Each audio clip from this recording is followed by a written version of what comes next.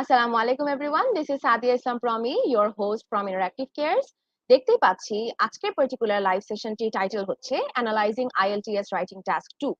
IELTS writing task 2 নিয়ে আপনাদের সকল প্রশ্নের উত্তর পেতে অবশ্যই খুব দ্রুত আপনি আপনার ফ্রেন্ডসদেরকে ট্যাগ করে ফেলুন যাতে you can all enjoy this special live from interactive cares. এবং আপনাদের সাথে অবশ্যই আজকের স্পিকার হিসেবে আছেন তানুবা হোসেন। তিনি আইএলটিএস এর band 9 scorer, so 9 out of 9 বুঝতেই পারছেন। এর পাশাপাশি তিনি কারেন্টলি ইংলিশ লিড হিসেবে আছেন ক্যামব্রিজ এডেক্সেল কারিকুলামের। তো CAIE English Lead of AKM International School এর পাশাপাশি she is CEFR specialist and IELTS instructor and এর পাশাপাশি International AS and A level English teacher। তিনি IGCSE কমপ্লিট করেছিলেন কেমব্রিজ কারিকুলাম থেকে। তো আসসালামু আলাইকুম আপু, আশা করি আপনি ভালো আছেন। ওয়ালাইকুম আসসালাম, ভালো আছি। আপনি ভালো আছেন? জি ভালো, আলহামদুলিল্লাহ। শুরুতেই আমরা যেহেতু ওভারঅল আপনার ইন্ট্রোডাকশনেই বলেছি যে আপনি 9 আউট অফ 9 স্কোর করা, which is extremely amazing, আলহামদুলিল্লাহ। তো কনগ্রাচুলেশনস ফর দ্যাট। আমরা অবশ্যই থ্যাংক ইউ। জানতে চাবো এই স্টোরিটা, the entire story of how you achieved a band 9 score in IELTS exam. Well, since I have always been an English medium school student, তো যেটা হচ্ছে যে আমি পার্টিকুলারলি ইংলিশে আমার ইন্টারেস্ট সবসময় বেশি ছিল। এমন না যে I had to study very hard for IELTS, luckily since my background was English and আমার ও লেভেলসেও ইংলিশ ল্যাঙ্গুয়েজে I had an A star, English লিটারেচারও ছিল। So after I was done with my O levels and A লেভেলসে আমার English ছিল, English literature and English language. So after that, I sat for the test, and eventually, the test. All that I had to do is learn the structure and strategy. ল্যাঙ্গুয়েজটা যেহেতু আমার জন্য already easy ছিল আর কি, তো এই জন্য আমার strategies গুলো জেনে টিপস গুলো ফলো করে I have seen that it was pretty easy for me. আলহামদুলিল্লাহ, দ্যাট ইজ extremely amazing এবং আপনার background most definitely this had a lot to do of course এই এন্টায়ার অ্যাচিভমেন্টটার পেছনে। বাট এর পাশাপাশি আমরা অনেকেই আছি, আমরা দেখি বাংলাদেশে অনেকে তারা ঘরে বসেই তারা আইএলটিএস এর জন্য প্রিপারেশন নিতে চায় এন্ড ওভারঅল তারা রাইটিংটাতে অনেক স্ট্রাগল করে বাঙালিরা most of the time. And যেহেতু আমরা আজকে কথাই বলছি ওভারঅল রাইটিং টাস্ক 2 নিয়ে, তো আইএলটিএস রাইটিং টাস্কের একটা ব্রিফ ওভারভিউ কি আমাদের দিতে পারবেন? Yeah, sure.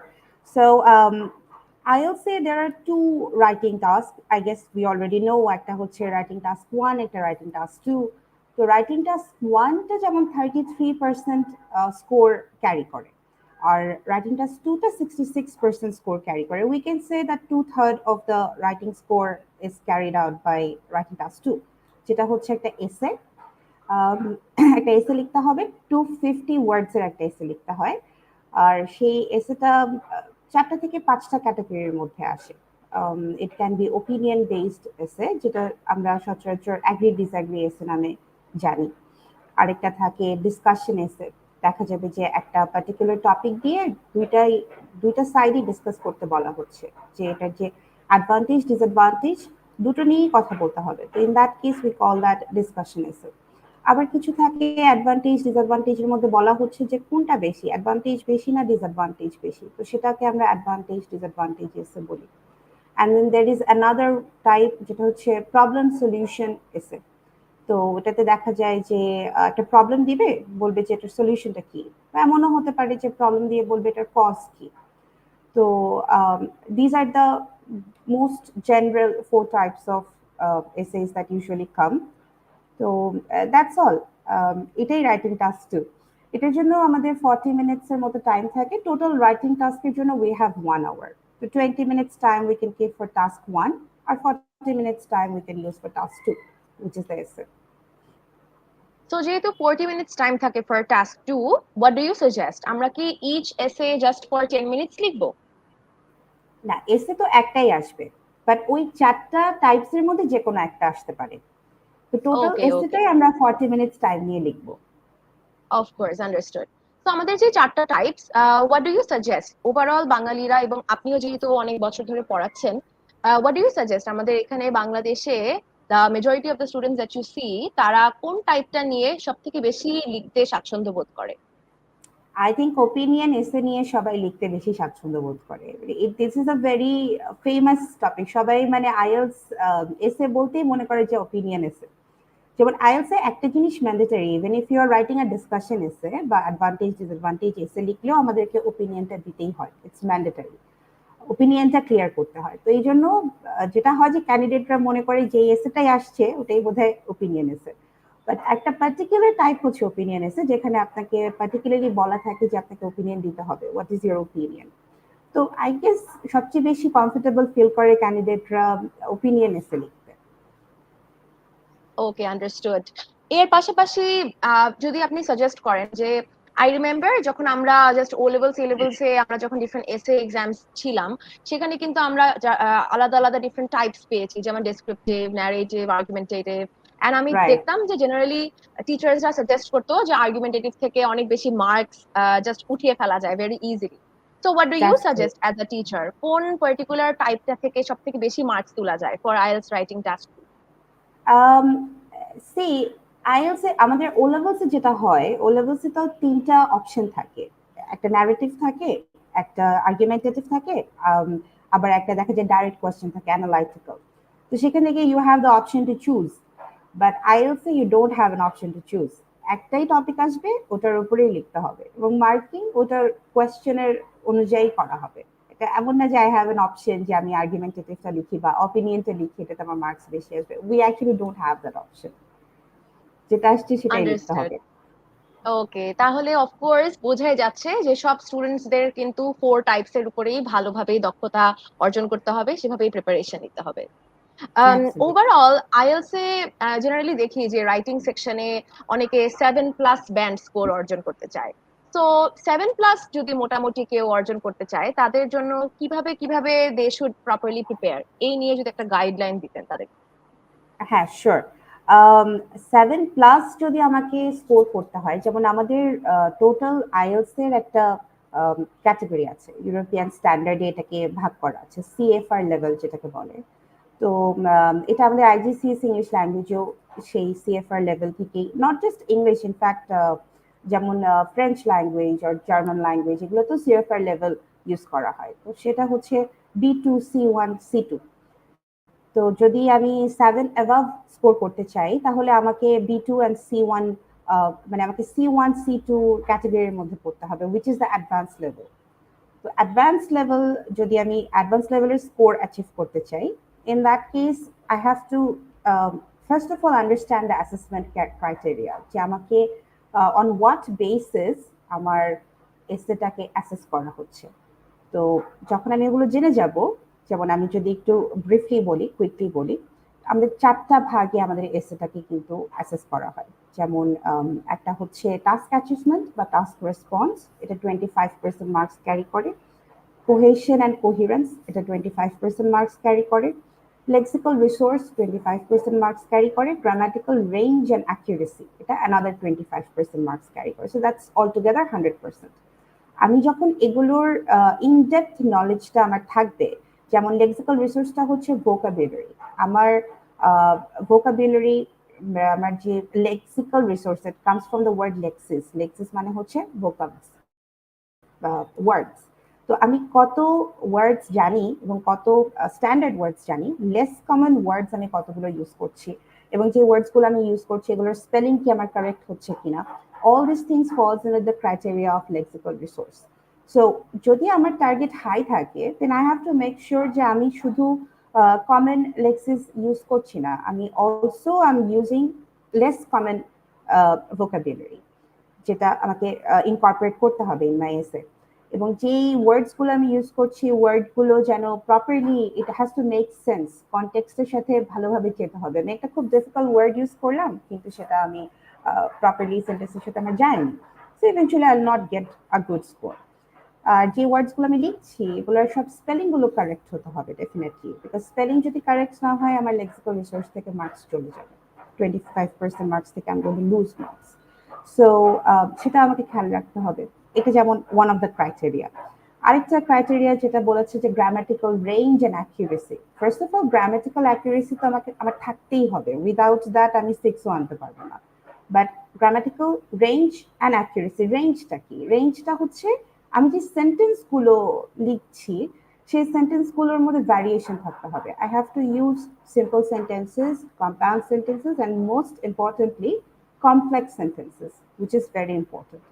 তো দেখা যাবে যে আমি যদি টার্গেট যদি আমার C1 লেভেল থাকে বা C2 লেভেল থাকে, 7+ যদি বলি আমার score target, in that case I have to make sure that I'm using sufficient complex sentences, এবং কমপ্লেক্স সেন্টেন্সের মধ্যে আমাকে প্রপার কানেক্টিং ওয়ার্ডস, লিঙ্কিং ওয়ার্ডস আমাকে ইউজ করতে হবে, যেমন ফাদার মোর, হাউএভার, মোরওভার, এইগুলো ইউজ করে আমাকে কমপ্লেক্স সেন্টেন্স লিখতে হবে। তো এরকম বেশ কিছু ব্যাপার আছে যেগুলো we have two follow and we have to incorporate in our essay.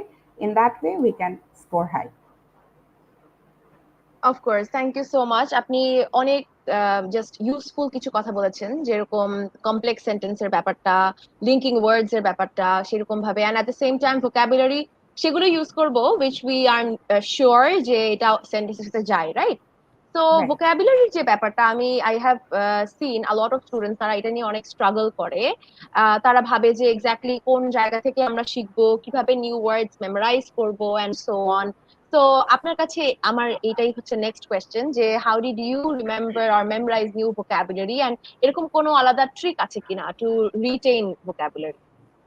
Well, এখন there are certain ways, but এখানে একটা ব্যাপার হচ্ছে কে কোনটা ফলো করে কমফোর্টেবল। যেমন আমার ক্ষেত্রে যেটা হয়েছিল, I used to read a lot of books. I used to read novels. So eventually I had a good knowledge of vocabulary. I had some good vocabulary. But এমন আমি যদি বলি যে সবাই এখন বই পড়া শুরু করে দিবে আইএলটিএস পরীক্ষা দেওয়ার জন্য, obviously that is not very feasible because সবার কাছে তো সময় নাও থাকতে পারে। তো ইন দ্যাট কেস যে যেভাবে পারে তার একটা প্ল্যান করতে হবে। যেমন আমি আমার অনেক স্টুডেন্টদেরকে বলি যে every day what you can do is read for half an hour. দিনে আমি 20 মিনিটস টাইম রাখলাম যে আমি এই 20 minutes I will read something. এখন এটা একটা নিউজ হতে পারে, একটা ম্যাগাজিন হতে পারে, আর্টিকেল হতে পারে। It's so easy now a days, we have everything in our phone. তো ওখান থেকে আমি পড়লাম, এবং পড়ে আমি ওখানে যেই মানে আমার জন্য যে ওয়ার্ডগুলো ফ্যামিলিয়ার না, সেই ওয়ার্ডগুলোর আমি কনটেক্সচুয়াল মিনিং, মানে আমি ডিকশনারি না দেখে আমি বোঝার চেষ্টা করলাম যে এটার মিনিংটা কি বলছে ওখানে। ইভেনচুয়ালি আমি সেটার ইউজটাও বুঝে গেলাম। আর মোস্ট ইম্পর্টেন্ট যেটা, সেটা হচ্ছে যে আমি যখনই একটা নতুন ওয়ার্ড শিখলাম সেই ওয়ার্ডসটা আমাকে ইউজ করতে হবে লেটার অন। শুধু মুখস্থ করলে কিন্তু ইট ডাজন্ট ওয়ার্ক, সেটা আমাকে ইউজ করতে হবে। আমি একটা কথা বললাম বা একটা সেন্টেন্স লিখলাম anywhere, I have to make sure যে আমি এই ওয়ার্ডটা ইউজ করছি। যখন আমি এটা একবার, দুইবার, তিনবার ইউজ করে ফেলবো তখন এটা অটোমেটিক্যালি আমার মেমোরিতে থেকে যাবে। কিন্তু শুধু যদি গদ বাঁধা মেমোরাইজ করতে থাকি তাহলে দেখা যাবে যে অনেক কিছু চলে যাবে, ব্রেন থেকে থাকবে না আর। সো আই গেস এটা করা যেতে পারে। অফকোর্স, কন্টিনিউয়াসলি যাই আমরা শিখছি সেগুলো যাতে আমরা রিয়েল লাইফে ইউজ করি, or when we are speaking তখন আমরা ট্রাই করব to use as much as possible, right? এর পাশাপাশি আরেকটা জিনিস, যে আমরা যখন ভোকাবুলারি মেমোরাইজ করি আমরা দেখি যে ইউনিভার্সিটি অ্যাডমিশনের টাইমে অনেকে আলাদা করে এসএটির জন্য যেই রিসোর্সেস গুলো আছে সেখান থেকে দে মেমোরাইজ, আবার জিআরইর জন্য প্রিপারেশনের সময় সেখান থেকে দে মেমোরাইজ। সো ওভারঅল আইএলটিএস এর ভোকাবুলারি ডেভেলপ করার জন্য হোয়াট ডু ইউ সাজেস্ট, তাদের কি কি রিসোর্সেস ফলো করা উচিত to memorize or learn vocabulary? Well, IELTS এর জন্য একটা 500 একাডেমিক ওয়ার্ডস এর লিস্ট আছে যেটা পাওয়া যায়। সেটা তারা মেমোরাইজ করতে পারে, কিন্তু সেটার মধ্যে খুব একটা আনকমন ওয়ার্ডস এর মানে খুব বেশি নেই। যেটা আছে তো মোটামুটি মোটামুটি লিমিটেড। ওইটা ওই 500, ফার্স্ট অফ অল আমাদের উচিত ওই 500 ওয়ার্ডস সম্পর্কে মানে জানা এবং ওটা প্রপারলি মেমোরাইজ করা, ওটার স্পেলিং, ওটার ইউজ সবকিছু প্রপারলি জানা এবং প্র্যাকটিস করা। এবং ওটা যখন হয়ে যাবে তখন উই শুড অলসো, যেটা করা যেতে পারে যে we can read some sample answers. Sample answer পড়লে কিন্তু ওখান থেকে অনেক ওয়ার্ডস আমরা দেখবো যে যেমন ব্যান্ড 9, ব্যান্ড 8.5 যে এসেগুলো লেখা হয়েছে ওগুলো পড়লে আমরা দেখতে পারবো যে আমার যে কোয়েশ্চেনটা এসেছিল, ওই এক্সামে যে কোয়েশ্চেনটা এসেছিল সেই কোয়েশ্চেনটার সাথে রেলেভেন্ট অনেক ওয়ার্ড আমি পেয়ে যাবো। সো সেখান থেকে আমি আমি যাদের হাতে সময় কম তাদের জন্য বলছি আর কি, যে তারা চাইলে সেখান থেকে অনেক ওয়ার্ড পিক করতে পারেন, করে সেই ওয়ার্ডগুলো তারা মেমোরাইজ করতে পারেন। এটা এটা করা যেতে পারে। Of course, that is a very fantastic hack. আপনি যেভাবে করে বললেন যে প্রিভিয়াস ইয়ার্সে যারা লিখেছিল অ্যান্ড 8.5 অ্যান্ড 9 স্কোরার্স, তাদের রাইটিং পড়লেও কিন্তু অনেকটুকুই বোঝা যায়। So thank you so much for sharing that with us. এর পাশাপাশি জাস্ট যদি আমি বলি যে আইএলটিএস রাইটিং টাস্ককে যদি কেউ ভালো করতে চায়, জাস্ট ভোকাবুলারি না, ওনলি লাইক ওভারঅল কি কি বুকস বা কি কি রিসোর্সেস পড়া উচিত, what do you suggest? Well I suggest যে তার ডেফিনেটলি আমাদের যে বুকসগুলো আছে 9 to 18, এই বুকসগুলো সে সলভ করতে পারে। অ্যান্ড অ্যাপার্ট ফ্রম দ্যাট, সে যত পাস্ট, ওই যে আমি ওইটাই বলবো আবার, যে পাস্ট পেপারে যে এসেগুলো ছিল সেই এসেগুলোর কোয়েশ্চেন এবং সেই এসেগুলোর যে আনসারগুলো, স্যাম্পল আনসারগুলো, সেগুলো পড়তে পারে। এটা করে প্রিপারেশন নেওয়া যেতে পারে। Apart from already having a good language skill, এগুলো করা যেতে পারে। এগুলো করলে সেটাকে আরো বেশি আমি পলিশ করতে পারবো। But I have to make sure যে আমার গ্রামাটিক্যাল অ্যাকুরেসিটা যেন ঠিক থাকে, বিকজ গ্রামাটিক্যাল অ্যাকুরেসি না থাকলে তখন আমি স্যাম্পল আনসার করে খুব একটা কিছু করতে পারবো না। So I have to work on my grammar also. Of course. তো ভোকাবুলারি পার্টটা প্রপারলি ক্লিয়ার আউট হয়ে যাওয়ার কথা আমাদের অডিয়েন্সের, বিকজ লেক্সিক্যাল রিসোর্স কিভাবে ডেভেলপ করা যায়, you have given a lot of excellent tips. Grammatical range আর অ্যাকুরেসির কথায় যখন আমরা আসি, অফকোর্স কমপ্লেক্স সেন্টেন্সেস অনেক বেশি ইউজ করতে হবে, বাট এর পাশাপাশি what else should the student properly examine, because গ্রামারের তো আরো অনেক ডিফারেন্ট পার্ট আছে। সো রাইটিং এর জন্য তাদের আর কি কি জিনিসে প্রপারলি খেয়াল রাখা উচিত, অথবা হোয়াট ডু ইউ থিঙ্ক যে জেনারেলি স্টুডেন্টসরা কোন কোন গ্রামাটিক্যাল এরার্স গুলো সব থেকে বেশি পরিমাণে করে রাইটিং হ্যাঁ, পার্টে? রাইট। আই গেস সব থেকে বেশি যেটা করে সেটা হচ্ছে, একটা হলো সাবজেক্ট ভার্ব অ্যাগ্রিমেন্ট। যেমন এটা হচ্ছে একটু উইক স্টুডেন্টদের কথা। যেটা দেখা যায় যে সাবজেক্ট, এটা খুবই কমন একটা ব্যাপার, বাট এটা ল্যাক অফ প্র্যাকটিসের কারণে হতে পারে। সেটা হচ্ছে আমি হি সি এই ধরনের বা কারোর নাম, এটার সাথে আমি ইউজ করছি যে এই ভার্বটা, সেই ভার্বটার সাথে আমি একটা এস যাবে, আমি জানি, বা এস যেতেই হবে যেহেতু এটা থার্ড পারসন সিঙ্গুলার নাম্বার, কিন্তু সেই ভার্বের সাথে আমি এসটা দিলাম না। That means I don't have enough knowledge on subject verb agreement, সাবজেক্টের সাথে আমার ভার্বটা একই করছে না। I have to make sure যে সাবজেক্ট ভার্ব অ্যাগ্রিমেন্ট যেন আমার থাকে। এটা একটা I think most commonly made mistakes, যেটা হয় আমাদের বাংলাদেশি ক্যান্ডিডেটদের ক্ষেত্রে। আরেকটা যেটা হয় সেটা হচ্ছে প্রেপোজিশন। প্রেপোজিশনে প্রচুর ভুল হয়। খুবই সিম্পল জিনিসটা, কিন্তু অ্যাপ্লিকেশনের ক্ষেত্রে দেখা যায় কোথায় অন হবে, কোথায় ইন হবে, কোথায় ফর হবে, কোথায় অফ হবে, এখানে আমরা মিস্টেক করে ফেলি। তো এটা one of the things that we have to make sure যে যেন আমার প্রেপোজিশনাল মিস্টেক্স না হয়। So I guess এই দুটো most common grammatical mistakes that candidates from Bangladesh make. Okay, thank you so much. Subject verb এগ্রিমেন্টের ব্যাপারটা যেরকম আমরা when we read grammar books তখন কিন্তু ইজিলি বোঝা যায় যে হ্যাঁ এটাতে এভাবে তো আমরা দিবই, বাট লিখতে গেলে বেশ Hmm. ধরনের প্রবলেমস এখানে চলে আসে, রাইট? অ্যান্ড প্রেপোজিশনটা অ্যাজ Right. আমরা কমেন্টসে একটা পার্টিকুলার কোয়েশ্চেন পেয়ে যাচ্ছি রিগার্ডিং টাইম, সো এটা একটু আমরা অ্যান্সার করে ফেলি। So the question is, with a limited time frame for both task 1 and task 2, how can we best manage our time during the writing exam to ensure a well structured and complete response? Okay. What we can do is we have to make sure that we complete task one first, because task one is very easy. It shouldn't take any time. Especially if we talk about academic, all we have to do is একটা graphical presentation থাকবে সামনে, সেটা দেখে আমাদের just লিখতে হবে যে ওখানে কি হচ্ছে, বার চার্টস, পাই চার্টস, অনেক কিছু থাকে। So it's since it is very easy, এটা আমি তাড়াতাড়ি যত দ্রুত আমার পক্ষে এটাকে প্রপারলি অ্যাপ্রোপ্রিয়েটলি লেখা সম্ভব আমি লিখে ফেলবো। And then I should keep the rest of the time, most of the time, for task two. Task two তে first and foremost আমাকে যেটা করতে হবে, I have to understand the question. কোয়েশ্চেনটাকে আমাকে ভালো করে পড়ে আমাকে দেখতে হবে যে কি বলছে এবং কি করতে হবে। যেমন অনেক ক্ষেত্রে দেখা যায় যে অপিনিয়ন চেয়েছে বা ডিসকাশন এসে, সেখানে আমি জাস্ট অপিনিয়ন দিয়ে চলে আসলাম, অ্যাগ্রি ডিসঅ্যাগ্রি, আমি যে কোনো একটা সাইড নিয়ে কথা বলে চলে আসলাম। সেটা করা যাবে না, আমাকে দুই সাইড নিয়ে লিখতে হবে, since it's a discussion essay. সেটা we have to take some time. আমি 5 মিনিটস টাইম নিলাম যে আমি কোয়েশ্চেনটা ভালো করে বুঝে, another 5 minutes time for brainstorming. এটা হচ্ছে আমি জাস্ট ব্রেইনস্টর্ম করবো যে আমি কি কি পয়েন্টস লিখবো, কোন প্যারাগ্রাফে আমি কি লিখবো। আমার বেসিক্যালি 4টা প্যারাগ্রাফ লিখলেই হচ্ছে। সো ইন্ট্রোডাকশনে তো আমি টপিকটাকে ইন্ট্রোডিউস করবো, কনক্লুশনে আমি আমার যে ওপিনিয়ন, আমার যে বক্তব্য, সেটা আমি জাস্ট রিইনস্টেট করছি। সো 2টা প্যারাগ্রাফ আমার জন্য অলরেডি সর্টেড। মাঝখানে যে দুটো বডি প্যারাগ্রাফ আমি লিখবো, বডি 1 বডি 2, সেখানে কোন কোন পয়েন্টগুলো আমি লিখবো, সেই পয়েন্টের জন্য আমি কি এক্সাম্পল ইউজ করতে পারি, বিকজ উইদাউট ইউজিং এক্সাম্পলস আমরা যথেষ্ট মানে আর্গুমেন্টেটিভ করতে পারবো না সেটাকে। সো এই পয়েন্টগুলো যদি আমি আগেই ভেবে ফেলি, if I take that 5 minutes for brainstorming, আমার এখানে 10 minutes টাইম চলে গেল, 5 minutes for analysing the question and 5 minutes for brainstorming, pointing out the main points. এটা যখন আমার হয়ে গেল, বাকি 30 minutes-এ আই এম শিওর যে আমার এসে লিখেও আমার হাতে আরো বেশি সময় থাকবে টু রিভাইজ, যদি আমরা ফার্স্ট 10 minutes-কে প্রপারলি ইউটিলাইজ করতে পারি। Brainstorming is very important. Without a plan আমরা কখনোই একটা ভালো এসে লিখতে পারবো না। তো ওইটা আমাদেরকে আগে যদি আমরা করে ফেলতে পারি, তাহলে I am sure we can write a well structured essay within the time.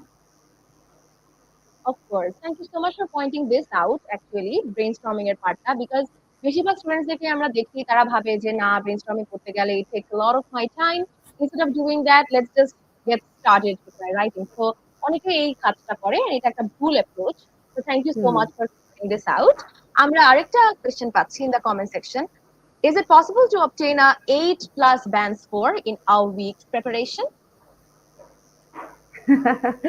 In a week's preparation, well, that definitely depends on your English proficiency. Because if you want an 8+ score, then you should already have a very good English proficiency. যেমন আমার English বেসিক্সে কোনো problems থাকা যাবে না, grammatical অ্যাকুরেসিতে কোনো problem থাকা যাবে না। I should know very well how to um, write complex sentences without any difficulty. When I already have a very good basic, already I have a very good English proficiency, then it is possible to get an 8+ score within a week. But যদি আমার সেগুলো না থাকে, তাহলে তো possible না, because language skill acquire করার জন্য we have to give it time. Of course, totally. I think it depends যে কার কতটুকু প্রফিসিয়েন্সি, বিকজ আমি অনেককে দেখি তারা বলে যে আমি পড়িনি, তারপরেও আমি গিয়ে এক্সাম দিয়ে I got N 8+, right? But at the same time, on an average কতটুকু টাইম দেওয়া উচিত অন আ ডেইলি বেসিস যদি কেউ ওভারঅল ব্যান্ড 8+ স্কোর করতে চায়? What do you think? I think শুধু পড়াশোনা করার জন্য we should keep 2 to 4 hours every day. But এখানে সবচেয়ে বেশি ইম্পর্টেন্ট যেটা, if I want a high score, আমার যদি C2 level score লাগে, in that case আমার লাইফস্টাইলটাই চেঞ্জ করে ফেলতে হবে। I have to, watch English movies, I have to listen to English songs, I have to speak in English, I have to read a lot of English materials. তো আমার overall লাইফস্টাইলের মধ্যে I have to incorporate a lot of uh, English words and English use. Without that, it won't be possible. So I guess যদি 8 and above যদি কারো target থাকে, in that case আমি বলবো যে 24 hours আমাকে I have to keep using English as much as possible. Without that, it won't be possible. Of course, understood wholeheartedly. এর পাশাপাশি আমি অনেক স্টুডেন্টসদের কাছে এই পার্টিকুলার কোয়েশ্চেনটা পাই যে এখন তো রমাদান স্টার্ট হয়ে গিয়েছে, সো আমরা যদি এখন কেউ পড়তে চাই, ওভারঅল মানে খুবই আলসেমি লাগে, অনেক বোর্ড লাগে, অনেক লেথার্জিক লাগে। So what do you suggest for them? একটা proper Ramadan routine and at the same time learning English, এই দুটাকে প্রপারলি কিভাবে ব্যালেন্স আউট করা যায়? I think since in IELTS we also have speaking and listening, এটার জন্য it makes the whole IELTS preparation pretty interesting, because আমি এখানে চাইলে আমি কিন্তু ইংলিশ মুভিজ দেখতে পারি বা ইংলিশ সিরিজ দেখতে পারি, and I have to like listen to their pronunciation, তারা কিভাবে ওয়ার্ডস গুলোকে প্রনাউন্স করছে। অবভিয়াসলি এটা ইংলিশ মুভি হতে হবে, অ্যান্ড কি ধরনের ওয়ার্ডস তারা ইউজ করছে। অনেক জায়গা থেকেই আমরা অনেক phrasal verbs and then idioms আমরা দেখবো যে তারা ইউজ করে মুভিজে, সিরিজে। ওগুলো যখন আমি ওখান থেকে শিখবো, আমি সেটা পরে আমার ফ্রেন্ডসের সাথে ইউজ করলাম, তো সেটা আমার জন্য একটা হেল্পফুল ব্যাপার হতে পারে। And obviously we listen to music. আমরা তো ইভেন ইফ যদি বলি যে সারাদিন রোজা রেখে তো হয়তো মিউজিক শুনবো না, বাট আফটার ইফতার আমরা মিউজিক শুনতে পারি, পডকাস্ট শুনতে পারি। There are so many things that we can practice. We can watch, we can listen, we can speak. এটা করা যেতে পারে। আর আসলে টাইম টেবিলের ব্যাপারটা তো যার যার কমফোর্টের জায়গা, সো যে যেভাবে কমফোর্টেবল ফিল করে। অনেকে আছে সেইরির পরে পড়াশোনা শুরু করে দেয় আর ঘুমাতে যায় না। তো এটা হচ্ছে যে যে যার জন্য যেটা অ্যাপ্লিকেবল। বাট আমি বলবো যে আমাকে 4টা স্কিলই কন্টিনিউয়াসলি ডেভেলপ করতে হবে, প্র্যাকটিস করতে হবে। একটা স্কিল কিন্তু আরেকটা স্কিলকে কমপ্লিমেন্ট করে। তো আমার যদি স্পিকিং আমি ইমপ্রুভ করতে চাই, আমাকে সেটার জন্য লিসনিং লাগবেই। I have to listen to the native speaker speaking. তখনই আমার আমার নিজের স্পিকিংটাও ইমপ্রুভ হবে, অ্যাট দ্য সেম টাইম আমার লিসনিংটাও প্র্যাকটিস হয়ে গেল। সো দেখা যায় যে reading, the more I read, the more I will be able to right better. So একটা আরেকটাকে কমপ্লিমেন্ট করছে, একটা আরেকটার সাথে কানেক্টেড। সো ইটস ইম্পর্টেন্ট যে আমরা 4টাকেই প্র্যাকটিস করতে থাকি এবং সারা দিন যাবত করতে থাকি। Thank you so much.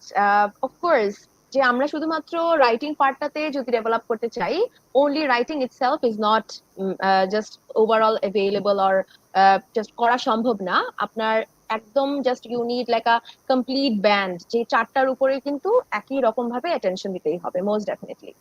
আমরা মার্ক অ্যাসেসমেন্ট ক্রাইটেরিয়া নিয়ে কথা বলছিলাম।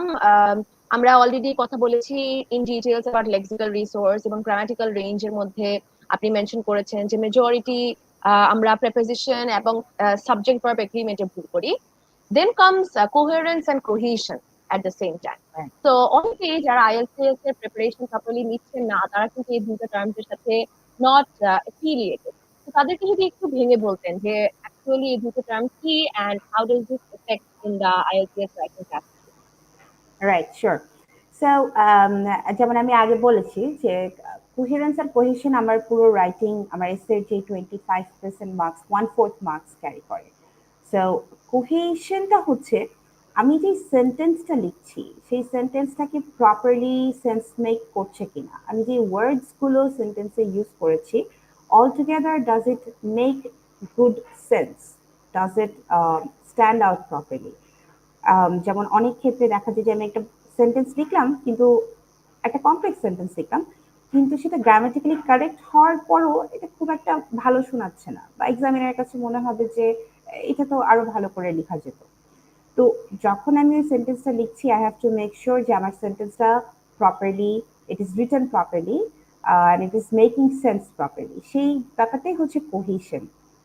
আর কোহেরেন্সটা হচ্ছে যখন আমি যে প্যারাগ্রাফস গুলো লিখছি, আমার যে আইডিয়াস গুলো আছে সেই আইডিয়াস গুলো একটা আরেকটার সাথে ইন্টারলিঙ্কড কিনা, একটা আরেকটার সাথে কানেক্টেড মনে হচ্ছে কিনা। যেমন I should not be jumping around the ideas. আমি একটা কথা আম, বললাম ইন্ট্রোডাকশনে, তারপরে আমি বডিতে গিয়ে আরেকটা যেটা বডি ওয়ানে যেটা বলছি সেটা খুব একটা কানেক্টেড না আমার ইন্ট্রোডাকশনের সাথে, বা বডি টুতে আমি যেটা বলছি সেখানে আমি খুব একটা কানেক্টিভিটি ক্রিয়েট করতে পারিনি, মনে হচ্ছে যে আমি ওখানে কিছু বলেছি এখানে অন্য কিছু বলছি। এই যে lack of connection within my paragraphs, within my ideas, এটা হচ্ছে ল্যাক অফ কোহিরেন্স। তো যখন আমার ইন্ট্রোডাকশন টু কনক্লুশন, আমার যখন পুরো ব্যাপারটা ওয়েল কানেক্টেড থাকবে, সেটা হচ্ছে প্রপার কোহিরেন্স। তো এই কোহিরেন্স and cohesion we have to maintain. Of course, thank you so much এত সুন্দর করে বুঝিয়ে বলার জন্য। We have another comment here regarding, of course, IELTS এর score হিসেবে, how hard is it to get 9 out of 9 in IELTS writing part? What do you think? um, it's actually not hard because যদি আমরা task consider করি যে কাজ কি করতে হচ্ছে, কাজ হচ্ছে একটা দুটো রাইটিং টাস্ক করতে হবে, একটা টাস্ক ওয়ান, একটা টাস্ক টু। টাস্ক টুতে একটা এসে লিখতে হবে, তাও খুব বেশি না, অনলি 250 ওয়ার্ডস এর একটা এসে লিখতে হবে। আর টাস্ক ওয়ানে আমাকে একটা 150 ওয়ার্ডস এর মধ্যে একটা গ্রাফিক্যাল প্রেজেন্টেশনের একটা এক্সপ্লেনেশন লিখতে হবে, যে কি হচ্ছে না হচ্ছে এটা লিখতে হবে। আর জিটির জন্য একটা লেটার লিখতে হয়। বাট জিটি অ্যান্ড একাডেমিকের জন্য task two is the same, একটা এসে লিখতে হবে। টাস্ক কিন্তু খুব একটা ডিফিকাল্ট না যদি আমরা মানে দেখি। So what is important over here is আমার প্রফিসিয়েন্সিটা কেমন, আমার আমি কি যথেষ্ট কারেক্ট ইংলিশ ইউজ করতে পারি কিনা।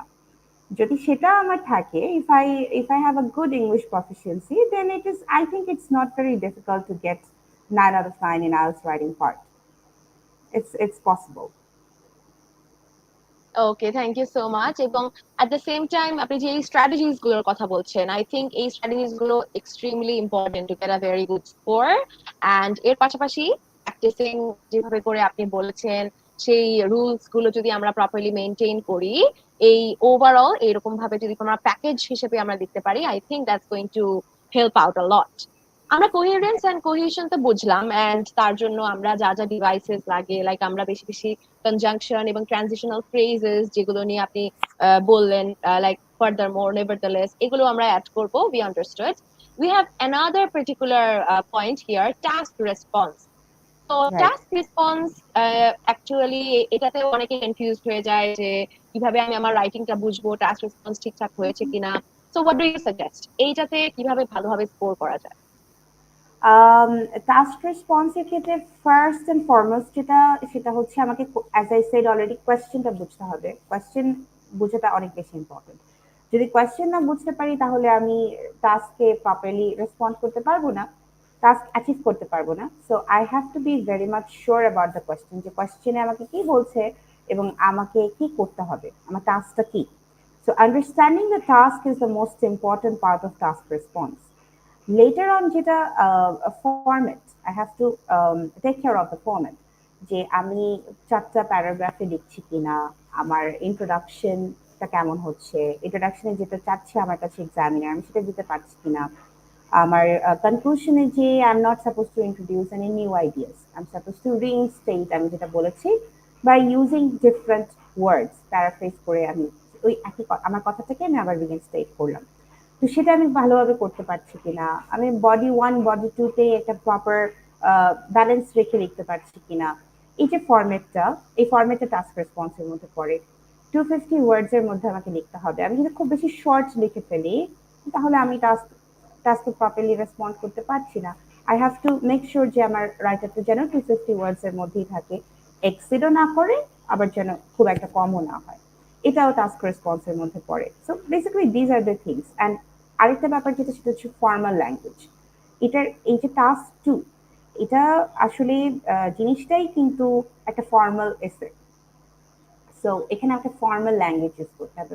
রেজিস্টার যেটা, পুরা টাস্কটা যেটা register, it's a formal register. So I have to make sure যে ওয়ার্ডস গুলো আমি লিখছি, সেই ওয়ার্ডস গুলো যেন কোনোভাবে ইনফর্মাল না হয়, যেই টোনটা আমি ইউজ করছি এটা যেন ইনফর্মাল না হয়, যে পাংচুয়েশন গুলো আমি ইউজ করছি এটা যেন আমার কোনো ইনফর্মাল পাংচুয়েশন, আননেসেসারি ইনভার্টেড কমাস ওর আননেসেসারি এক্সপ্লেনেশন মার্কস, এগুলো যেন আমি ওখানে ইউজ না করি। ওভারঅল আমার রেজিস্টারটাকে আমাকে ফর্মাল রাখতে হবে। সো বেসিক্যালি এই চারটা জিনিসই ঘুরে ফিরে হচ্ছে টাস্ক রেসপন্স। যদি আমরা এগুলো টেক কেয়ার করতে পারি, we will easily get the marks from task response. Thank you so much. খুবই ডিটেইলড ভাবে আমার প্রত্যেকটা কোয়েশ্চেন আপনি এত সুন্দর করে বোঝাচ্ছেন। So that overall explains how wonderful a teacher you are, অবশ্যই। And thank you. at the same time, Interactive Cares is extremely lucky, and we are humbled to have you here with us as our speaker. And I'm pretty sure the audience currently is thanking you a lot as well, because এত সুন্দর করে আমরা IELTS writing task এর ব্যাপারে এত ডিটেইলসে জানতে পারছি। So thanking you once again. মাই এর প্লেজার। পাশাপাশি একটা কথা, আমরা প্রায়ই অনেকে এরকম দেখি তারা ঘরে বসেই তারা নিজেরাই প্রিপারেশন নিতে চায় ওভারঅল, এই সেম ভাবে রাইটিং পার্টেও হয়তো তারা প্রিপারেশন নিচ্ছে। So in that case, because they do not have someone else to check their copy for them, in that case তারা সেলফ অ্যাসেস কিভাবে করতে পারে তাদের writing? What do you suggest?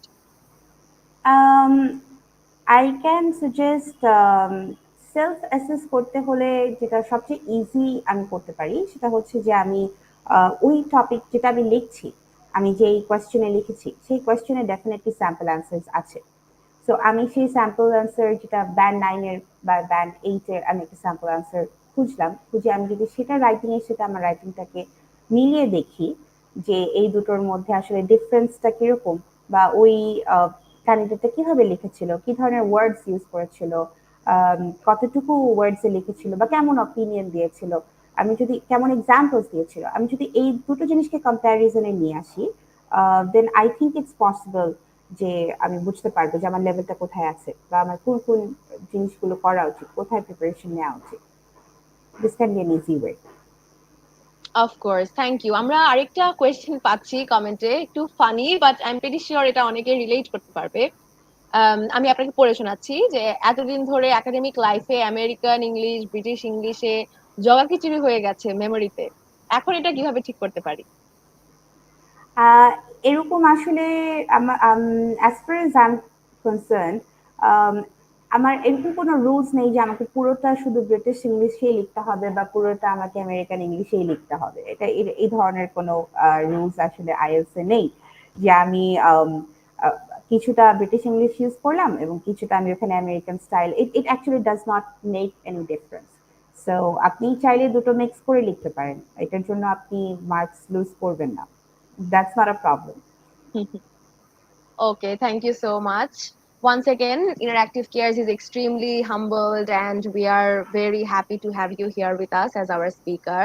ইনশাআল্লাহ ভবিষ্যতে আপনার সাথে আমরা আরো কোল্যাব করব and we will get to talk in the future ইনশাআল্লাহ. And Inshallah. I hope the audience is extremely thankful towards Tanuva Hossain Apu for being such a fantastic speaker throughout this entire event. তো আমরা একেবারে আমাদের live সেশনটি শেষ প্রান্তে চলে এসেছি। লাস্টে যদি আপনি তাদেরকে কিছু টিপস দেন যে শেষ মুহূর্তে what should they study, what should they prepare on, তো with that tips being said আমরা কিন্তু আজকের আমাদের এই এন্টায়ার সেশনটি কমপ্লিট করে দিব। So any ending words for that? Well, I would say, as I already mentioned earlier, that try to have an English lifestyle. Try to make sure that you are using English all throughout your day. You're speaking in English, you are listening English podcasts, news, you're watching English movies and series, you're reading something English. প্রতিদিন আমরা চাইলে English একটা article পড়তে পারি, আমরা চাইলে sample answers পড়তে পারি, শর্ট স্টোরিজ পড়তে পারি, এনিথিং যেটা আমার যেভাবে আমি যদি বই পড়তে চাই বইয়ে পড়লাম বা পিডিএফ পড়লাম, অনলাইনে পড়লাম, যে any how that it works for me. আমি ইংলিশ কিছু পড়লাম অ্যান্ড ওখান থেকে আমি যেই ওয়ার্ডস বা ইডিয়ামস ফ্রেজাল ভার্বস শিখলাম সেগুলো আমি পরে আবার ইউজ করলাম। I guess if we keep doing this things তাহলে ডেফিনেটলি আমাদের প্রিপারেশন ভালো হবে আর আলটিমেটলি এক্সামও ভালো হবে ইনশাল্লাহ। Thank you so much once again. Interactive Cares is very lucky to have you. ভালো থাকবেন এবং আমাদের জন্য দোয়া করবেন so that all our thank you. Audience members can have excellent results like you did. ইনশাল্লাহ ইনশাল্লাহ আমার জন্য দোয়া করবেন। Thank you. Thank you so much and with that আমরা আমাদের সেশনটি এখানেই রাখছি। আপনাদের যদি আরো কোনো কোয়েশ্চেন থাকে অবশ্যই আমাদেরকে কমেন্টে জানাবেন। সবাই ভালো থাকবেন, সুস্থ থাকবেন এবং দেখা হবে পরবর্তী কোনো লাইভ সেশনে। Thank you.